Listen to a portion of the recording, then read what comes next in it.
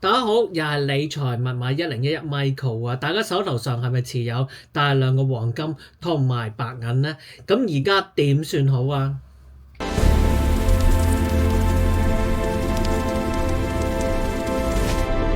？2026年1月31號，美元咧持續大幅下跌，已跌至近4年嘅低點啊！主要指數咧 DXY 跌破97嘅關口。2025年全年下跌約9至10%，創下2017年以來最差年度嘅表現啦。2026年初延續跌勢，單日最大跌幅自去年4月以來最劇烈咧。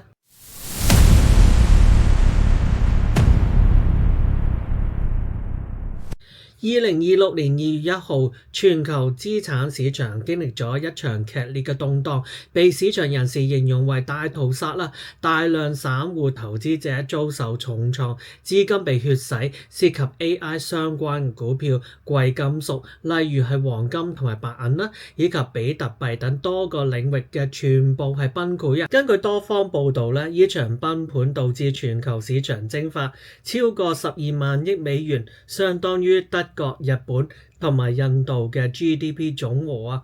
加密貨幣市場單日清算額高達22億美元，貴金屬市場更加抹去74億美元啦，而 AI 股票亦都未能幸免，市值損失慘重。截至目前啊，現貨黃金嘅價格以盎司計啊，4680至到4720蚊美元左右。今日大幅下跌咧，係大約3.5至到6%，從近期高點回落係超過1000美元啦。大家仲記唔記得喺1月嘅時候咧，黃金嘅價格咧係超過咗5500至到5600美元歷史嘅新高㗎，但係咧今日嘅回跌咧係屬於近年罕見嘅急跌，主要原因咧就係美元反彈同埋市場調整啊。至於白銀方面咧，現貨白銀價格咧以每盎司計啊79至到80美元嘅。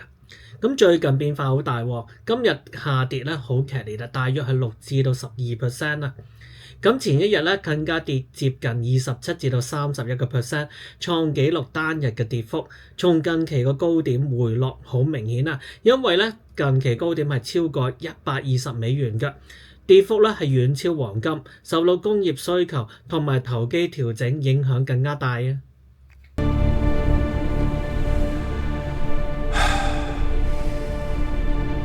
至於喺美元指數咧，目前係徘徊喺97.1至到97.2附近嘅，小幅上漲約0.1% 至到0.2%，呈現走強嘅跡象啊！呢個亦都係壓抑貴金屬價格嘅主要原因之一。都可能問咧，美元、黃金同埋白銀究竟互相之間有咩關係嘅？原來咧黃金同埋白銀嘅國際價格咧都係以美元計價嘅，例如咧係每盎司咧係多少美元嘅。咁當美元指數下跌嘅時候咧，對非美元嘅持有者，例如係歐元啦、日元同埋人民幣嚟到講咧，買同樣1盎司嘅黃金或者白銀咧，係需要本國貨幣咧係變少嘅，變得更加便宜，而全球買盤咧係增加嘅，結果咧需求推升價格，黃金同埋白銀咧就會上漲啦。反過來講咧，美元走強嘅時候，貴金屬對外國買家變貴，需求減弱，價格下跌。呢個正是2026年1月底到2月初劇烈回檔嘅主因啦。美元下跌咧，之前講過啦，1月31號咧跌破97嘅關口啊。咁個弱勢咧，主要原因咧就係美國聯儲局寬鬆政策，就係佢嘅減息同埋印鈔票啦。第二樣就係美國財政赤字擴大、債務嘅問題。第三就係地緣政治風險，例如係戰爭啦、貿易戰啦，同埋阿 Trump 嘅關稅威脅啦。第四咧就係全球去美元化嘅趨勢，例如好多個央行都係買黃金分散風險啊！咁投資者咧擔心美元購買力下降，例如係因為通貨膨脹或者貶值啦，黃金白銀就會被視為硬通貨同埋抗通脹嘅工具，買盤湧入，價格上漲咧。例如喺2025至到2026年初，美元一度係跌至4年嘅新低啊 ，DXY 接近96以下嘅，市場就擔心聯儲局獨立性受損，而 Donald Trump 嘅政策咧導致美元長期係弱勢嘅，黃金就從低點翻倍衝上5600美元，白銀更狂漲至120美元以上啊！利率同埋機會成本嘅影響咧，大家都唔好忽視啊！嗱，美元下跌咧，經常係伴隨住咧係低利率嘅環境，例如聯儲局嘅減息啦。嗱，黃金同埋白銀咧就唔會生息嘅，係冇利息嘅收益啊！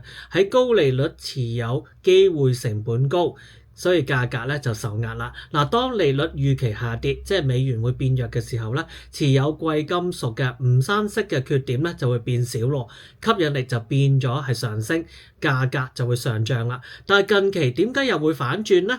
因為 Donald Trump 提名咗 Calvin Walsh 為聯儲局嘅主席啊 ，Calvin Walsh 咧就被視為鷹派，較不支持過度嘅寬鬆，市場係預期咧聯儲局政策會轉緊，美元咧會反彈。嗱 ，DXY 咧從96附近咧係升至97以上啊。嗱，貴金屬咧所以就會急跌啦。嗱，金咧跌破咗5000，而白銀單日咧係崩盤30%，係創晒紀錄㗎啦。我想同大家講一講其他強化嘅因素，尤其係白銀更為明顯啊！嗱，白銀咧約50%咧用於太陽能、電子、醫療等工業，經濟樂觀啦，或者綠能需求強嘅時候，白銀漲幅經常係超過黃金嘅。喺2025至到2026年，曾經咧係漲147%啦。